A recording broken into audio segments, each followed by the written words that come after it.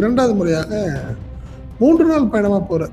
இன்னைக்கு, நாளை, நாளை மறுநாள் 3 நாள் இருக்கார். இந்த முறை பார்த்தீங்கன்னா, உள்துறை அமைச்சர் அமித்ஷாவை பார்க்கிறதுக்கான வாய்ப்புகள் அதிகம் அப்படின்றாங்க. கடந்த முறை உள்துறை அமைச்சகம் அவாய்ட் பண்ணுச்சு. பட் இந்த முறை இல்ல, பார்க்கலான்னு அப்பாயின்மெண்ட் அநேகமா நாளை இரவு, மாலை இந்த டைம்ல இருக்கிறதுக்கான வாய்ப்பு அதிகம் அப்படிங்கிறாங்க. காங்கிரஸ் ஒரு குழப்பத்தில் இருக்கு. என்னடா விஜய் வந்து நம்மளை சேர்த்துட்டாரு, பிஜேபியோட மிரட்டல் காரணமாக தான் அவாய்ட் பண்றாரா அப்படின்னு ஒரு குழப்பத்தில் காங்கிரஸ் இருந்துகிட்டே இருக்கு. இது எல்லாத்துக்கும் ஒரு முடிவு வந்துடும்னு வச்சுங்களேன். கண்டிப்பா இந்த 2 நாட்கள்ல இன்றோ நாளையோ கண்டிப்பா சோனியா காந்தி and ராகுல் காந்தியை பார்த்து விடுவார். காங்கிரஸோட கூட்டணிங்கிறது ஒரு விஷயத்தை மட்டும் பார்க்காதீங்க. உங்களுடைய நீண்ட கால எதிரியான திமுகவை நெருக்கடி கொடுக்கறதுக்கும் இதை நீங்க பயன்படுத்திக்கலாம்ங்கிற மாதிரி ஒரு விஷயங்களையும் கூட அமித்ஷாவும் சொல்லப்பட்டிருக்கு. இது அவங்க கூட ரைட், ஆமாம்ல, இப்படி ஒரு பாயிண்ட் இருக்குல்ல. நீங்க தவேகா மூலியமா திமுக நெருக்கடி கொடுக்கலாம். இப்போ ஏடிஎம்கே அதே நெருக்கடி தான் கொடுத்துட்டு இருக்கு. பிஜேபி டைரக்டா கொடுக்க முடியாத சில விஷயங்களை தவேகா மூலியமா கொடுக்கும். ஸோ அந்த அடிப்படையில் கூட விஜயோட நம்ம நட்பா வச்சுதான் நல்லா இருக்கும் அப்படின்னு யோசனையும் கூட மார்ட்டினுடைய நண்பர்கள் மூலியமா அமித்ஷாவுக்கு சில தகவல்கள் சொல்லப்பட்டிருக்கு. கடந்த முறை பார்க்காத உள்துறை அமைச்சர் அமித்ஷா இந்த முறை எப்படி பார்ப்பார் அப்படின்னு சிலர் கேட்குறாங்க. அதற்கு டெல்லி ஆட்களே சில தகவல்கள் சொல்றாங்க. என்ன சொல்றாங்க? இல்லை, இந்த விஷயத்துல விஜய்க்கு பெரிய லெவலில் உதவி செய்பவர் மார்ட்டின் அப்படின்னு சொல்றாங்க. யாரு? லாட்டரி அதிபர் மார்ட்டின் தரப்பு தான் அரசியல் ரீதியாக அவர்கள் நிறைய உதவிகளை செய்து கொண்டிருக்கிறார்கள். நீங்க காங்கிரஸுக்கு அமைச்சர்கள் பங்கு கொடுக்குறீங்க, ராஜ்யசபா சீட்டு கொடுக்குறீங்க, நாளைக்கு சோனியா காந்தியை பார்க்க போறீங்க. இந்த ஒரு விஷயங்களை வைத்து பார்க்கும்போது பிஜேபி ஏத்துக்குமா? அதை ஆர்எஸ்எஸ் ஏத்துக்குமா? 100% ஏத்துக்காது. எவ்வளவுக்கு நெருக்கடி கொடுக்க முடியுமோ கொடுக்கும். பட் அதையும் தாண்டி சில விஷயங்களை செய்கிறார் விஜய் தரப்பு செய்துங்கிறோம் நம்ம, அவ்வளவுதான். நீங்க கண்டிப்பா நிதியெல்லாம் கொடுக்க மாட்டாங்க.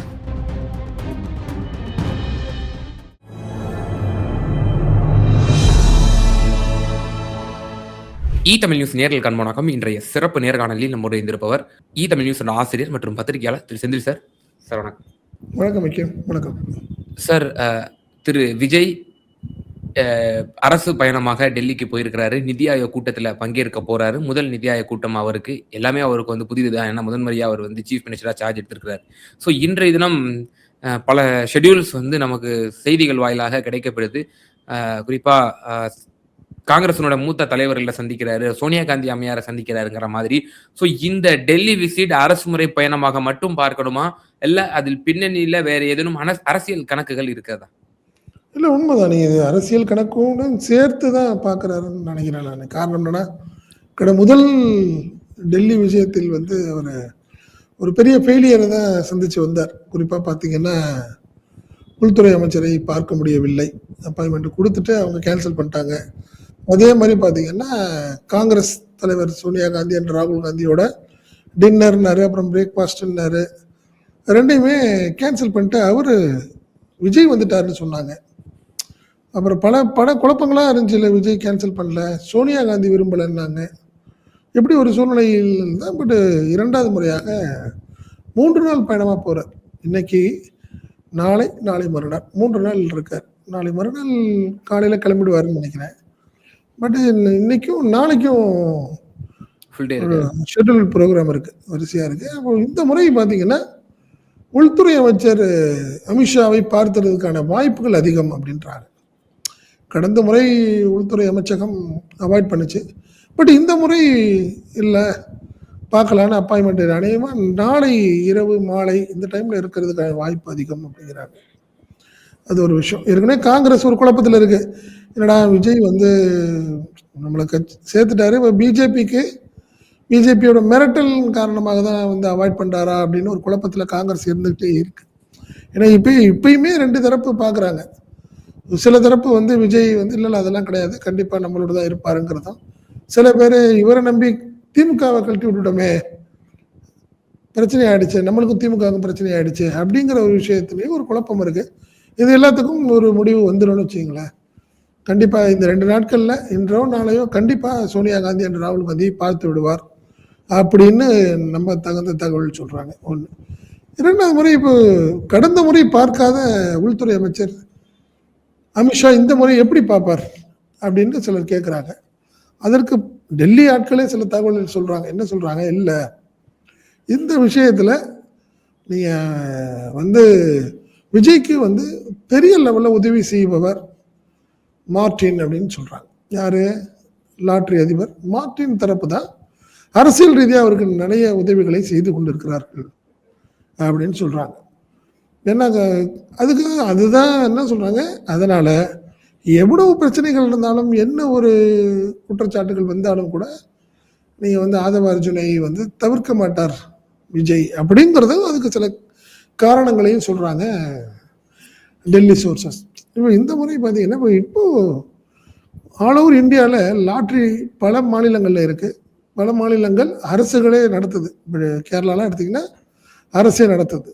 பட் மகாராஷ்டிரா, பெங்கால், வெஸ்ட் பெங்கால், என்ன அருணாச்சல பிரதேசம், திரிபுரா, இந்த ஜார்க்கண்ட் இந்த ஏரியாலாம் தனியார் நடத்துனார். இப்போ டெல்லியும் இது மகாராஷ்டிராவையும் சொல்கிறேன், வெஸ்ட் பெங்கால் இது எல்லாத்தையுமே தனியார் யார் நடத்துகிறாங்கன்னா மார்டின் குரூப் தான் நடத்துகிறாங்க. அவங்க பல்வேறு அவங்க அவங்க நேரடியாக பண்ணுறாங்க. சில இடங்களில் அவங்களுடைய உதவிகளின் அடிப்படையில் சில பேர் பண்ணுறாங்க. இப்படி ஓடிக்கிட்டு இருக்கு. ஸோ இந்த அடிப்படையில் பார்த்தீங்கன்னா இப்போ மும்பை அண்டு வெஸ்ட் பெங்கால், நீங்கள் அஸ்ஸாம், ஜார்க்கண்ட் இந்த எல்லா மாநிலங்களையும் இப்போ நீங்கள் பார்த்தீங்கன்னா நல்லதோ கெட்டதோ இந்த மாதிரி பாஜகவுடைய ஆட்சி நடந்துக்கிட்டு இருக்கு. இப்போ நீண்ட நாளுக்கு பிறகு ரொம்ப ஒரு பெரிய டைட்டில் வந்து வெஸ்ட் பெங்காலையும் பிடிச்சிருச்சு பிஜேபி. ஸோ இந்த அடிப்படையில் இப்போ மார்டின் வந்து இப்போ ரொம்ப நெருக்கமாக இருக்காரு பிஜேபி தரப்புக்கு. ஸோ அவருடைய உதவியின் அடிப்படையில் தான் அமித்ஷாவுடைய அப்பாயின்மெண்ட்டை விஜய் வாங்கியிருக்கிறாரு அப்படிங்கிறாங்க. உங்களுக்கு கோபமோ மற்ற விஷயமோ எதாக இருக்கட்டும், பட் நீங்கள் அப்பாயின்மெண்ட்டே எங்களுக்கு தரலாம் நல்லா இருக்காது. ஒரு சிஎம் ஒரு கடந்த முறை வந்துட்டு பார்க்கல, இந்த முறையும் பார்க்காம போயிட்டா எங்களுக்கு வேற மாதிரி அரசியல் ரீதியாக பல நெருக்கடிகள் வரும், ஒரு விமர்சனங்கள் வரும். அதை நாங்கள் வந்து தவிர்க்கணும்னு நினைக்கிறோம். ஸோ நீங்கள் அட்லீஸ்ட் 5 நிமிஷமோ 10 நிமிஷமோ எங்களுக்கு ஒரு பார்க்குறதுக்கு நீங்கள் அப்பாயின்மெண்ட் வாங்கணுங்கிறதுனால நீங்கள் அமித்ஷா தரப்பில் உள்ள சில நபர்களை பிடித்து விஜயை பார்க்கறதுக்கான அனுமதியை வாங்கியிருக்கிறார்கள். இதில் முக்கிய பங்கு மார்டினுடைய பங்கு அப்படின்னு ஒரு தகவல் சொல்கிறாங்க. ஸோ அதனால் இந்த முறை அது கடந்த முறை உள்ள சர்ச்சைகள்லாம் இல்லாமல் இந்த முறை குறிப்பாக காங்கிரஸ் தலைவர்களுடைய சந்திப்பும் நடந்துவிடும், அமித்ஷாவுடைய சந்திப்பும் நடந்து விடுவதற்கான பாசிபிலிட்டிஸ் அதிகம் அப்படிங்கிறது தான் டெல்லி சோர்சஸ் நம்மளுக்கு கிடைத்த தகவலாக சொல்கிறேன். அதாவது இப்போ அமித்ஷா கடந்த முறை சந்திக்காமல் இருந்தது, ஏன்னா காங்கிரஸை கூட்டி வச்சது, அவங்களுக்கு வந்து என்கரேஜ் பண்ணது, இதெல்லாம் அமித்ஷாவுக்கு ரொம்ப நெருடலா இருந்துச்சு அப்படின்ற விஷயம் சொல்லப்பட்டது. இப்போ இந்த முறை அமித்ஷாவை சந்திக்கிறாரு அப்படின்னா அதுக்கு ஒரு பாலமாக இருந்தது திரு மார்டின் அப்படிங்கிற ஒரு கருத்தை சொல்றீங்க. அப்போ அப்போ அப்போ என்ன பின்னணி காரணமா இருக்கும்? ஏன்னா மார்டின் எல்லா கட்சிகளுக்கும் தன்னுடைய பங்களிப்பை வந்து கொடுத்திருக்கிறாரு. அப்ப அவர் எல்லா அரசுகளுக்கும் எல்லா கட்சிகளுக்கும் அவர் வந்து ரொம்ப ஒரு நெருக்கமான ஒரு சூழ்நிலை இருந்திருக்காரு அப்படிங்கிற அடிப்படையில அந்த ஒரு மியூச்சுவல் அண்டர்ஸ்டாண்டிங்ல எதுவும் நடந்திருக்கா சார்? அதுதான் சொல்றேன், தனக்கு நெருக்கமான ஒருத்தருடைய ஆட்சி இப்போ வந்திருக்கு தமிழ்நாட்டில். ஸோ ஏன்னா அவருக்கு ஒரு உதவி பண்ணணும்னு நினைக்கிறார் மார்டின். தன்னுடைய மருமகனுக்கு ஒரு பெரிய முக்கியத்துவம் வருது. தாவேக்கா அரசில் தன்னுடைய மருமகனுக்கு ஒரு முக்கியத்துவம் கொடுக்குறாங்க. ஸோ இந்த விஷயங்கள் எல்லாம் சரி பண்ணிக்கணும்னு நினைக்கிறாங்க அந்த ஃபேமிலி. ஸோ விஜயை வந்து இன்னும் நெருக்கமாக நம்மளுக்கு வச்சுக்கணும்னு நினைக்கிறாங்க அவங்க. இதன் தொடர்ச்சியாக தான் இந்த விஷயத்தில் அதனால தான் இப்போ அவங்க என்ன பண்ணுறாங்க, இறங்கி அவங்க ஒர்க் பண்ணுறாங்க. அவருடைய லாபியை வந்து ஒர்க் அவுட் பண்ண ஆரம்பிக்கிறார் மார்டின். இவ்வளோ நாள் அவர் ஒதுங்கி இருந்தவர் இப்போ இந்த முறை அவர் தனக்கு நெருக்கமான நண்பர்கள் மூலியமாக அமித்ஷாவை தொடர்பு கொண்டு இல்லை அமித்ஷாவுக்கு தரப்பை தொடர்பு கொண்டு அதன் அடிப்படையில் அப்பாயின்மெண்ட்டை கன்ஃபார்ம் பண்ணிட்டாங்க. இப்போ இந்த விஷயம் யாருக்கு பெருசாக தெரியாது. நீங்கள் டைரெக்டாக முதல்வராக விஜய் வந்து உள்துறை அமைச்சகத்தை வந்து அணுகும்போது இல்லை அப்பாயின்மெண்ட் இல்லை, வாய்ப்பு இல்லை அப்படின்னு கடந்த முறை சொல்லிட்டாங்க. இந்த முறையும் அதே மாதிரி சொல்கிறதுக்கான வாய்ப்புகள். பட் இந்த முறை வந்து மார்டினுடைய தன்னுடைய நெருக்கமான ஒரு சோர்சஸ் மூலியமாக அவர் அமித்ஷாவை சமாதானப்படுத்திட்டாரு. எவ்வளோ கோபமாக இருந்தாலும் சரி, எங்களுக்கு வந்து ஒரு அப்பாயின்மெண்ட் கொடுங்க, இல்லைன்னா நல்லா இருக்காது, எங்களுடைய அரசியல் ரீதியான சில விஷயங்கள் எங்களுக்கு பிரச்சனை, அப்படின்னு அவங்க நினைக்கிறாங்க. ஸோ இன்னொரு விஷயம் நல்லா பார்க்கணும் வைக்கணும் நம்மள இதில். அந்த தாவேக்கா வந்தது பிறகு திமுகவும் அதிமுகவும் நெருக்கடிக்கு வந்து விட்டது நல்லா பார்த்தீங்கன்னா. ஸோ பிஜேபி ஒரு வகையில் அவங்க நினைச்சதை நடந்துகிட்டு இருக்கு. திமுகவையும் நெருக்கடிக்கு கொண்டாண்டாங்க, அதிமுகவையும் நெருக்கடிக்கு கொண்டாந்துட்டாங்க. 2 திராவிட கட்சிகளையும் ஒரு நெருக்கடிக்கு கொண்டாந்துட்டு இருக்காங்க. ஸோ அவங்க நினைக்கிறாங்க சரி விஜயை பயன்படுத்தி இவங்க 2 நெருக்கடி கொடுக்கலாம்னு கூட நடக்கலாம் அவங்களுக்கு. ஏடிஎம்கே கிட்டத்தட்ட பார்த்தீங்கன்னா கரைய ஆரம்பிச்சிருச்சு. திமுகவுக்கு கூட்டணி கட்சிகள் எல்லாம் வெளியே போயிட்டாங்க, இன்னைக்கு தனிமைப்படுத்தப்பட்டிருக்கு. இதுக்கு எல்லாமே காரணம் தாவேக்கா. இப்போ இந்த தகவல்களும் கூட அமித்ஷாவிடம் சொல்லப்படுகிறது. உங்களுக்கு எப்படினாலும் பயன்படுத்திக்கலாம் அவரை. நீங்கள் இவங்க 2 பேரையும் நெருக்கடிக்கான விஷயத்தை நீங்கள் பயன்படுத்திக்கலாம். அதனால் நீங்கள் வந்து காங்கிரஸோட கூட்டணிங்கிறது ஒரு விஷயத்தை மட்டும் பார்க்காதீங்க, உங்களுடைய நீண்ட கால எதிரியான திமுகவை நெருக்கடி கொடுக்கறதுக்கும் இதை நீங்கள் பயன்படுத்திக்கலாம்ங்கிற மாதிரி ஒரு விஷயங்களையும் கூட அமித்ஷாவிடம் சொல்லப்பட்டிருக்கு. இது அவங்க கூட ரைட் ஆமாம்ல, இப்படி ஒரு பாயிண்ட் இருக்குல்ல, நீங்கள் தாவேக்கா மூலியமாக திமுக நெருக்கடி கொடுக்கலாம். இப்போ ஏடிஎம்கேக்கு அதே நெருக்கடி தான் கொடுத்துட்ருக்கு பிஜேபி டைரெக்டாக கொடுக்க முடியாத சில விஷயங்களை தாவேக்கா மூலியமாக கொடுக்கும். ஸோ அந்த அடிப்படையில் கூட விஜயோட நம்ம நட்பாக வச்சுதான் நல்லா இருக்கும் அப்படின்னு யோசனையும் கூட மார்ட்டினுடைய நண்பர்கள் மூலியமா அமித்ஷாவுக்கு சில தகவல்கள் சொல்லப்பட்டிருக்கு. இதையெல்லாம் கொடுக்கும் போது அவர் வந்து ரைட் ஓகே அப்படின்னு சொல்லியிருக்காருன்னு சொல்றாங்க. சார் இப்போ விஜயனோட ஆலோசகர்களுக்கும் இப்போ அவங்க பொலிட்டிக்கல் ஸ்ட்ராட்டஜின்னு சொல்லுவாங்க, அவங்களுக்கும் நிச்சயமா கடந்த கால அரசியல் வரலாறுகள், கடந்த காலத்தில் எப்படி எப்படிலாம் வந்து நடந்திருக்குன்னு அவங்களும் பகுப்பாய்வு செய்வாங்க. இப்போ உதாரணத்திற்கு இப்போ நம்ம காங்கிரஸோட கூட்டணி வச்சிருக்கோம், எடுத்தெடுப்புலேயே முதல் ஒரு நல்ல சான்ஸ் ராஜ்யசபா, அதுவே நம்ம காங்கிரஸுக்கு தூக்கி கொடுக்குறோம் அப்படின்னா, அப்போ ஒரு காங்கிரஸ் என்ன இந்த கூட்டணிக்கு அவங்க வந்து ஒரு முக்கியத்துவம் வாய்ந்தவங்களா இருக்காங்க, 5 சீட்டு கொடுத்ததுனால நம்ம வந்து ஆட்சியை நிலைக்கணுங்கிற அடிப்படையில கொடுத்துருக்கலாம். ஆனா அவங்களுக்கும் தெரியும் இல்லையா, பேரசைட் காங்கிரஸ் கடந்த காலத்துல காங்கிரஸ் எப்படி எப்படிலாம் மாநில கட்சிகளை வந்து வளர விடாம அவங்கள வந்து தோல்வி அடைய செய்திருக்கு. அதாவது மாணிக்கம் தாகூர் அவர்கள் திருமாவளவன் அவர்களுக்கு கொடுக்கப்பட்டிருந்த விளக்கம் எந்த அளவுக்கு வந்து அது ஒரு இதுவா இருக்குன்னு பார்த்தோம்னா, நாங்க ஒரு மாநிலத்துல வளர்றதுல உங்களுக்கு என்ன சிக்கல் அப்படின்னு கேட்கலாம். அதாவது கூட்டணியில இருந்துட்டு எப்படி நீங்க வந்து ஒரு பெரிய கட்சியை பகைச்சுக்கிட்டு நீங்க வந்து இப்படி பண்ண முடியும். இப்போ தனியா இருந்து காங்கிரஸ் வளர்ந்தா பிரச்சனை இல்லை, ஆனா கூட்டணியில இருந்து அந்த கூட்டணியை காலி பண்ணி இப்படி பண்ணக்கூடிய சூழ்நிலை தான் வந்து தொடர்ந்து காங்கிரஸ் செய்து கொண்டிருக்கிறது. அப்போ இப்ப இதெல்லாம் பார்ப்பாங்கல்ல, டிவிகேவுக்கு இன்னைக்கு நல்ல இதமா சுகமா இருக்கலாம் காங்கிரஸ், ஆனால் சட்டமன்ற தேர்தல் என்று வந்ததுக்கு அப்புறம் விஜய்க்கே இந்த காங்கிரஸ் நெருக்கடி கொடுக்காது அப்படிங்கறதுல என்ன நிச்சயம்? நாடாளுமன்ற தேர்தல இதே 2019 இருக்கட்டும், 24 தேர்தலா இருக்கட்டும், திமுக நினைத்திருந்தால் காங்கிரஸிற்கு நெருக்கடி கொடுத்திருக்கலாம். நெருக்கடி கொடுத்து எப்படி மாணிக்கம் தாக்கூர் பிளே பண்ணாரோ அது போல திமுகவுல ஆராசாவோ வேற யாராவது பிளே பண்ணிருக்கலாம். ஆனா அந்த மாதிரி எதுவுமே பண்ணல, இணக்கமா இது பண்ணி பூந்தி வாங்கி கொடுத்தாரு அவரு, இவரு பிரதர்னு சொல்ல அவ்வளவு இணக்கமா போச்சு. ஆனா சட்டமன்ற தேர்தல் வந்ததுக்கு அப்புறம் முழுசா அப்படியே மாறுது. இல்ல ஒரு விஷயம் தான் புரிஞ்சுங்க, பிஜேபி விஜய் மேல கடுமையான கோபத்தில் இருக்கிறது, அதெல்லாம் மாற்றுக்கிறது கிடையாது. காரணம் என்னன்னா, காங்கிரசுடைய வளர்ச்சிக்கு விஜய் உதவி செய்யும் வரையில் அவங்களுக்கு விஜய் எதிரி தான், அதுலலாம் மாற்ற கருத்து கிடையாது. நட்பு பாராட்டுறதுக்கான வாய்ப்புகள் இல்லை, அதுலலாம் மாற்றவே கருத்து கிடையாது. ஆனால் இப்போ அவருக்கு சொல்லக்கூடிய சில தகவல்கள் தான் அமித்ஷா கிட்ட ஒரு நுட்பமா சொல்லக்கூடிய சில தகவல்கள். நீங்க தமிழ்நாட்டில் உள்ள நுழையவே முடியாம ஒரு சொல்லை காரணம், முக்கிய காரணம் திமுக. ஸோ திமுகவை நாங்கள் தனிமைப்படுத்தியிருக்கோம், வீக்கு பண்றதுக்கான வேலைகள் பார்த்துட்டு இருக்கிறோம். புரியுதுங்களா?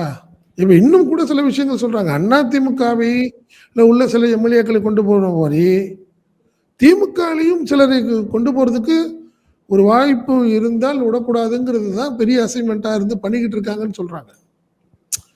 ஒரு நிர்வாகி என்ன காரணம்னா, திமுக வந்து ஒண்ணுமே செய்ய முடியாதுன்னு ஒரு பெரிய இமேஜ் இருக்கு, எப்படியாவது அடிச்சு உடைக்கணும், அட்லீஸ்ட் 2 நிர்வாகியை தூக்கணும் அப்படிங்கிறது தான் பெரிய அசைன்மெண்டா இருந்து ஒர்க் பண்ணிட்டு இருக்காங்க. புரியுதுங்களா? இந்த விஷயங்கள் தான் அமித்ஷாட்ட சொல்லப்படுது.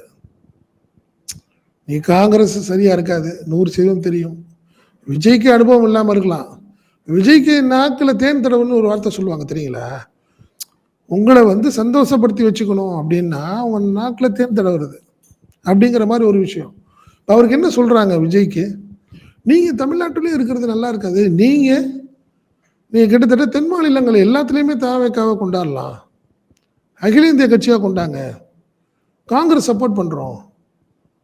நீங்க கர்நாடகால ஒரு 10 சீட்டு வாங்க நில்லுங்க. கேரளால ஒரு 5 சீட்டு கேளுங்க நில்லுங்க. ஆந்திரா வாங்க, தெலுங்கானா வாங்க. நீங்க எல்லா இடத்துக்கும் வரலாமே. உங்களுக்கு ஒரு பெரிய மாசு இருக்கு. அப்படிங்கிற ஒரு விஷயத்தையும், சந்தோஷத்தையும் அவருக்கு ஒரு ஒரு பெரிய ஒரு உந்துதலையும் குடுத்து காங்கிரஸ் அவர வேற மாரி கொண்டு போகுது. ஸோ அதனால தான் இன்னைக்கு வந்து தனக்கு கிடைத்த ஃபர்ஸ்ட்டு பாராளுமன்ற உறுப்பினருக்கான வாய்ப்பை வந்து ராஜ்யசபா சீட்ட விட்டுட்டு காங்கிரஸுக்கு குடுத்ததுக்கு காரணம் அதுதான். வருங்காலத்துல தென் மாநிலத்துல எல்லா மாநிலங்கள்லயும் காங்கிரஸுடைய கூட்டணி கட்சியா நீங்க இருக்கலாம். நீங்க பெரிய லெவல்ல அடுத்த லெவலுக்கு உங்களுடைய மூவ் போய்க்கலாம் அப்படின்னு அவருக்கு ஒரு ஆசை வார்த்தையை கூப்பிட்டு தான் கொண்டு பண்றாங்க. இதில் நடக்குமா நடக்காதா பிஜேபி இதெல்லாம் ரசிக்குமாங்கிறதுலாம் வேற. இப்படி அப்பாயின்மெண்ட்டே தர மாட்டேன்னு சொன்ன ஒரு அமித்ஷாட்ட வேற மாதிரி ஒரு மூவ் பண்றாங்கிறேன் நான். இல்லை இல்லை நீங்கள் நினைக்கிற மாதிரி எதிரி கிடையாது. உங்களுக்கு ஒரு ஏற்கனவே இருக்க எதிரிகளையும் நாங்கள்லாம் இங்கே வந்து வேற மாதிரி பண்ணியிருக்கோம் அப்படின்னு பிஜேபி கிட்ட ஒரு ஆசை வார்த்தையையும் அரசியல் நுட்பமான சில விஷயங்களை சொல்லி ஒரு அப்பாயின்மெண்ட் கேட்டிருக்கிறாங்க. பட் அமித்ஷா ரைட்டு அவர் இதெல்லாம் ஏற்றுக்கிறாரா ஏற்றுக்கலையாங்கிறதுலாம் வேற. ரைட்டு பார்க்கலாம்னு சொல்லிட்டார். டெல்லி விசிட்டில் ஒரு பெரிய மூவ் அதுங்கிறார். அதாவது பல வருடத்துக்கு இருக்கிற ஒரு கட்சிகள் அனுபவம் வாய்ந்த அரசியல் தலைவர்கள் மாதிரி மூவ் பண்ணிட்டு இருக்குது தாவேக்கா தரப்புங்கிற நான்.